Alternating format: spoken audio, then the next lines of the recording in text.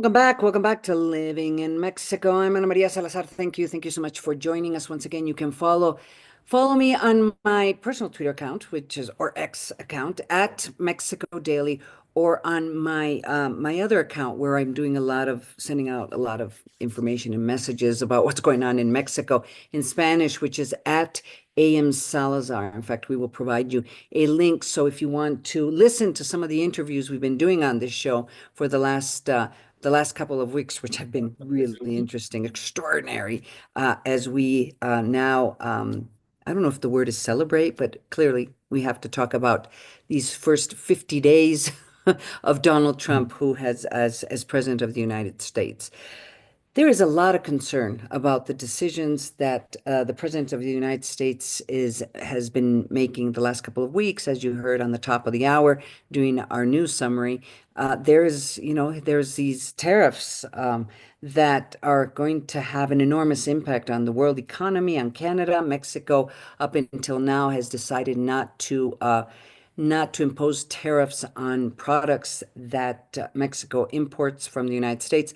But there is a lot of concern and a lot of instability and a lot of question marks as to what decisions will be made in April when it at least what we know right now, Donald Trump will be imposing what he calls reciprocal tariffs, and how this is going to affect Mexico, how it's going to affect the U.S. economy, how it's going to work the world economy, how is it going to affect the renegotiation of the USMCA. Anyway, today's guest maybe may give us some light in terms of how bad it's going to get. Joining us today, and I really appreciate it, is Alberto Bernal. He's an economic analyst. He's also strategy director at XP Investments. He's joining us from Miami, Florida. Alberto, welcome to the show. I can't tell you how confusing it is to try to explain the decisions that President Donald Trump is making as we speak, and the impact it is having on. Let's first talk on the U.S. economy and how he justifies these decisions, considering that it appears that it's affecting the people that voted for him. So, can you just help us understand what is the thinking behind these very controversial decisions? Once again, welcome to the show. Thank you, Ana Maria. It's a pleasure to be with you. Well, Ana Maria, that question that you're asking yourself is the question that I ask myself every single moment of the day. Because that's my job. I'm supposed to know this thing. And I'm going to start by saying something that I think it may sound controversial, but it's really not, which is basically that I don't even think that President Trump knows yet what he wants to achieve with this. I think he's negotiating. If we look at the personality of President Trump in the past, and if we read the art of the deal, this is not necessarily a surprise. He's been a very aggressive negotiator, and he wants to make America great again. And for him to make America great again means that Ohio is once again a great place. And Ohio is not necessarily going to be a great place as it was in the 1940s, 1950s, because most industries that were in Ohio and they're no longer there, there's a reason why they're not there, which is basically that they're last century industries and not the industries that the U.S. should be focusing on. But then again, that's my opinion. It doesn't matter what I think. What matters is what President Trump wants to achieve. Now, here's the way that I have come to this conclusion, and this is basically the conclusion that I have come to, Ana Maria. There's only two options. There's Trump 1 and there's Trump 2. Trump 1 is a business person turned president of the United States that is able to achieve impressive welfare gains for his population based on the capacity that he had to bully the rest of the world into a system that he likes best. If that is the Trump that we're going to see, which is something similar to Trump 1, then we have a little bit more protectionism, but we keep institutions like the USMCA. So Canada, the US, and Mexico continue to be an economic bloc that is completely symbiotic in the process of delivering goods and services to this northern economy, the largest economy in the world. Why am I saying this? Because if you don't have a USMCA, I see absolutely no possibility for US car companies to be able to compete with Korean car companies, with Chinese car companies, and with the European car companies. The only reason why GM, Ford, and Stellantis are competitive today is because of the participation of the Canadian economy and the Mexican economy. So if we have a renegotiation of this block, under which we have a little bit more of, let's say, rules of origin from U.S. parts into the amount of parts that you have on a typical car, all those rules that are written. If you have that, that's okay. But if you don't have an agreement, then we have a problem. So that's Trump 1 is okay. He's not great, but he's okay. Trump 2 would be an academic Trump, somebody that wants to change the world forever and that is willing to die in the battlefield for the goal of changing the way that the world works. So that's Trump 2. If that happens, Ana Maria, it's going to be a very bad time for the whole world, because we're going to have an extremely aggressive and damaging trade war. We're going to have a situation under which geopolitics change completely, a situation under which NATO no longer matters. And that type of world, to me, would be very disruptive. And I have no capacity to honestly tell a client of mine, hey, don't worry. If that's what happens, your money's going to be okay. No, it's not going to be okay. It's going to be a very bad scenario for your money. And you're going to lose a lot of money if you invest in stocks, et cetera. Might as well just hold gold and bills, because it's going to be very ugly. So, wow. Joining us today is Alberto Bernal. He's joining us from Miami, Florida. He's an economic analyst. And I just, this clearly Donald Trump, what we know about him up until now is that he likes disruption as a way of negotiating with allies and enemies, which is what is kind of the scary part. And it's been very interesting in terms of how he has differentiated this negotiation process with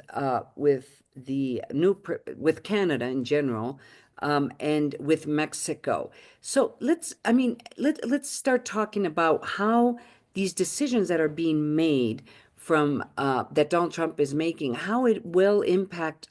Let's start with the Canadian economy and then talk about the Mexican economy and who has the best strategy. I can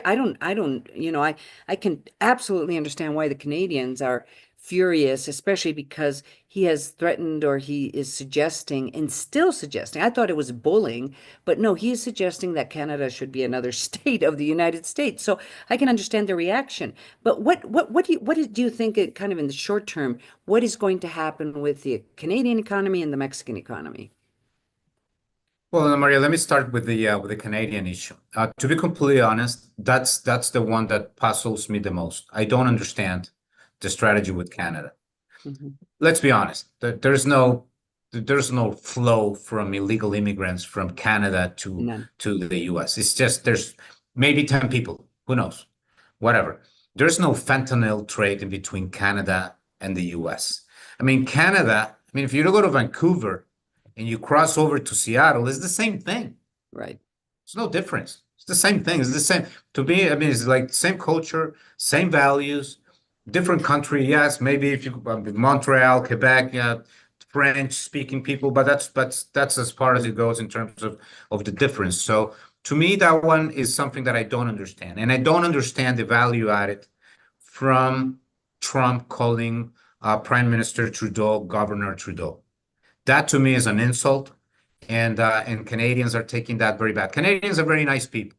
They don't like to fight. They're always nice. They welcome you in your home. But if you start telling them that you're not a country anymore, but you're a state, Right. they're gonna take it personally, Right. as everybody should. So I don't understand, Ana Maria, that part of the strategy. I don't. With Mexico, makes more sense. Yes, I mean the flow of immigration during Biden, even the Democrats now accept that this was a big mistake. You need. I'm a very pro-immigration guy. Obviously, I'm Colombian. I mean, I live in the U.S. I'm an immigrant, but it's very hard to argue against somebody who tells you, "Look, we're all pro-immigration. We love you guys coming here, but there must be a vetting system." It's logical. It's not. You can't say no to something like that. So the Democrats made a huge mistake by allowing this, in my view, and that's one of the reasons why they lost the election. Anyway, with Mexico, you have 80% of the exports of Mexico go to the US. So basically, without the US, the Mexican economy is done. The Keele Institute of World Economics, where I did my master's degree way back, they wrote a paper and they estimate that if the 25% tariffs remain in place for all goods until the end of 2025, the hit to the Mexican economy is 4%. So there would be a 4% recession slash depression in 2025. Now, is that good news for Trump? Hell no. No. If the economy in Mexico collapses 4%, what do you think is going to happen with the people that lose their jobs in Mexico?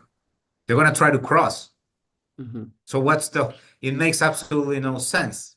But anyway, but Trump knows that the hit to the Mexican economy is so large that Claudia Sheinbaum is probably going to do as much as she can to avoid engaging Donald Trump. Basically, I think that the whole strategy of the team in Mexico is do not engage. Do not engage.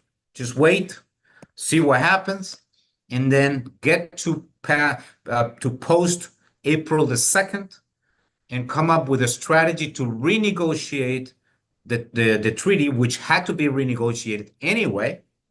Understand that under Trump, you're probably going to lose some leverage compared to the last time. But anyway, it is what it is. And understand that Mexico needs the US, but the US also needs the cooperation of Mexico. And the worst thing that the US can do is have a neighbor that is in a financial crisis, because then it becomes very complicated. So what is, Alberto, what is the end game here? I mean, and that's what's making this so difficult to predict what Mexico's economy is going to look like, what Canadian economy is going to look like, what the world economy is going to look like, because it seems that these decisions taken by President Donald Trump is actually dragging down the U.S. economy. I mean, I hear some analysts talking about, mentioning they talk about the slowdown, but I mean, some of them are actually talking, mentioning the R word, recession. Do you think this is where this is going? I mean, can the spiral be stopped, or we're actually going to be facing an important slowdown in the U.S. economy? I think we're already seeing a slowdown in the data. I mean, the good news is that we do have a lot of data in the US, and it's pretty timely. So I can tell you, Ana Maria, that right now the US economy continues to grow, but it is growing at a slower rate of growth compared to barely 3 months ago. Now, this is a very important issue. It's a technical issue, but it's an important issue. For the US to go into a recession, you need 2 consecutive trimesters of negative growth. I can pretty much tell you with the information that I have today that the growth rate in the United States in the first quarter is going to be positive. Okay. Because I have enough data to forecast that. Official data. So if you're going to have a recession, you have to have negative growth in the second quarter and the third quarter. So that means that we need to remain in this limbo of lack of clarity for many more months if I'm going to be able to forecast that we're going to have consecutive negative growth rates in 2 trimesters. And I think that, again, Scott Bessent, this guy is a Wall Street guy. Lutnick is a Wall Street guy. He's the former CEO of Cantor Fitzgerald. Yeah, the These Secretary of guys Commerce. know Yeah. what you and I were talking about. This is not like Gustavo Petro's cabinet in Colombia. No, these are very top level people from Wall Street.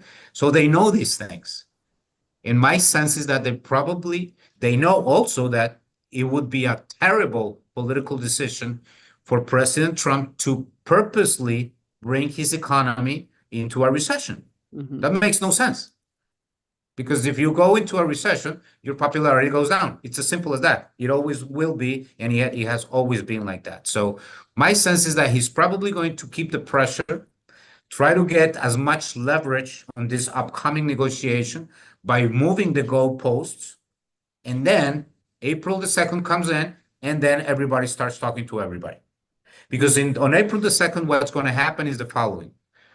The U.S. is going to say, and this is true, by the way, the U.S. is going to say, okay, every time we send Chevy Tahoe to Berlin, this car pays a 12% import tariff plus the tax that the German person has to pay in order to buy that car. So all in is 30%, something like that. And then the U.S. is going to say, okay, so here's the deal. Since you charge me that, I'm going to charge you the same. And the German cars that come into the U.S., they only pay 2.5% tariff. So that is true. Trump is right when he says that the cars that go from the U.S. to Europe pay more taxes than the other way around. So at that point, I guess Trump and his team and the European Union, the Eurozone, will have to sit down and come up with a conversation, because BMW and Audi and Volkswagen and etc. and Peugeot and Fiat, they're going to have a tough time having to eat this lower level of capacity to sell in the U.S., the second largest market for cars in the world after China. They're going to have a very tough situation if those taxes are in fact levied. So how do you avoid that? By basically saying, okay, if you don't charge me that, I won't charge you this. So then the conversation starts, and then probably things are going to start looking a little bit better. Again, it all depends on on whether or not the parties are able to talk to each other, and for that reason, that is very important. It's also very important. Then again, people do not engage. So what is this conversation going to look like with Mexico? I mean, the automobile industry clearly is the one most affected by this disruption, because, cars that are produced in Mexico, by the time they're sent to the United States, they have, at different moments, have so many components, or different parts of these cars have some type of link to the U.S. economy, into the Canadian economy. I mean, so what does this look like? I mean, first let's talk about automobile that would be sent to the United States, or other products. I mean, what does this look like with avocados? I mean, since avocados are literally only produced in Mexico, I mean, what does this look like in terms of the realities of the North American commerce and the USMCA trade, and the trade based on the USMCA? Well, that's why I do think that the issue having to do with the USMCA is going to be different, because some people say that the most significant loser out of a trade war in between Mexico, Canada, and the US is Mexico. That's not true. The largest loser is Ford. Is the So company. if you want to kill Ford, which by the way is not in great shape, because no car company in the world is in great shape nowadays, perhaps the Chinese companies, but other than that, I mean, Audi's in trouble. Well, Volkswagen's in trouble. BMW's in trouble. Everybody's in trouble. Nissan is in trouble. So everybody's in a very difficult situation because there's an excess capacity to produce cars in the world right now. That's a reality. So if you want to kill Ford, go right ahead and do the 25%. You're done. You basically kill the capacity for Ford to make money. Let me give you another example. If you want to further affect the capacity of Ford to make money, keep the 25% on the aluminum that you buy from Canada, because the F-150, the best-selling truck in the world and the best-selling truck of Ford, is the largest consumer in terms of cars of aluminum in the world. So the participation of aluminum in that car is so large that if you put 25% more, you're going to reduce the capacity of Ford to make money, or else you're going to have to increase the price of the F-150. And if you increase the price on the F-150 and somebody in Des Moines, Iowa wants to go change his or her F-150 and the car is now $4,000 more, that person voted for Trump. So what the hell is wrong with this? Yeah, well, but is there an argument to be made that maybe in the midterm, long term, Mexico actually benefits from these trade wars, just simply because Mexico at least probably is going to be able to continue to export to the United States based on the whatever renegotiation or whatever the USMCA looks like. But other countries around the world don't have that type of trade agreement. So is there an argument to be made that maybe Mexico could benefit, since that we assume that the USMCA is gonna survive this this crazy ideas of tariffs on the rest of the world as a way of doing business around the world? I don't know. I'm just trying to figure out what, like I said, what's the end game here? Well, and I think that if we make the case that there will be a renegotiation of the USMCA and there will be a relatively positive event for the countries involved, I think that Mexico is a large benefactor of that specific scenario. Now, for the US to be able to achieve what they want to achieve against China, they need the participation of Mexico and Canada. Right. That's the reality. And I think that's going to be one of the most contentious issues in the renegotiation, that Trump is going to demand that Mexico and Canada have the same tariff level vis-a-vis China, and that they basically take decisions, for example, to reduce, this is going to affect Mexico very specifically, to reduce the capacity of China to invest in Mexico. But again, if it comes to that, Ana Maria, what is Mexico going to do? I know. You have no choice. You have to bow down and go with the program, because China is not going to take over 80% of the exports. It's just not possible. So if your obligation is to your citizens, and most people are employed in jobs that are tied to the US, then you need to deliver. One last question, and I know this is a tough question to answer right now. How bad is it going to get? Do you have any sense how bad it's going to get in the next couple of months? I think that I'm going to answer to you as a Wall Street analyst, because that's the only way that I can answer you this question. And I'm not going to allow myself to for any prejudice to enter my answer. That's what I think is the best thing I can do. Based on the reaction function and the optimization function of the Trump administration, if they want to deliver the best possible outcome to the population in the United States, this uncertainty cannot linger for much longer. Okay. I would say not more than a couple of months, because if this lingers for longer than a couple of months, then you start seeing negative rates of growth and employment. And once you start seeing negative rates of growth of employment, then all hell breaks loose, because at that point, it's almost impossible to avoid a recession.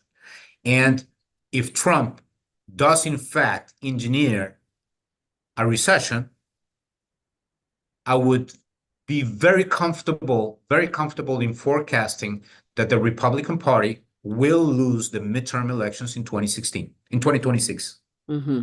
And I'm very also comfortable in arguing that there are some very, very smart people in the White House and in the government and in the legislative branch in the United States. Not least somebody like Marco Rubio or Scott Bessent, Right. or Lutnick, or all these people that are involved in this whole situation. And if they can't figure out what you and I are speaking right now, then we're in serious trouble. But I'm completely sure that they have thought this through. So bottom line, not a couple of more, not many more than a few months, and then we get to some sense of stability. And the way that you achieve that is by announcing bilateral negotiations about the future of trade in between the different parts, between the EU, US, China, US, and USMCA. The rest really doesn't matter. Brazil is a couple of issues. Colombia, that us Colombians, the best thing that we can do is just stay quiet, don't say anything, stay under the radar, and then things should be relatively okay. Well, I guess from here in Mexico, from Mexico City, hopefully I'll be enjoying some really cheap French wine that they're going to have to dump someplace because they're not going to be able to export it to the United States. Alberto Bernal, economic analyst, he's strategy director at XP Investment. He's joining us from Miami, Florida. Thank you so much for joining us here on Living in Mexico. Thank you very much, Ana Maria. A pleasure to be with you.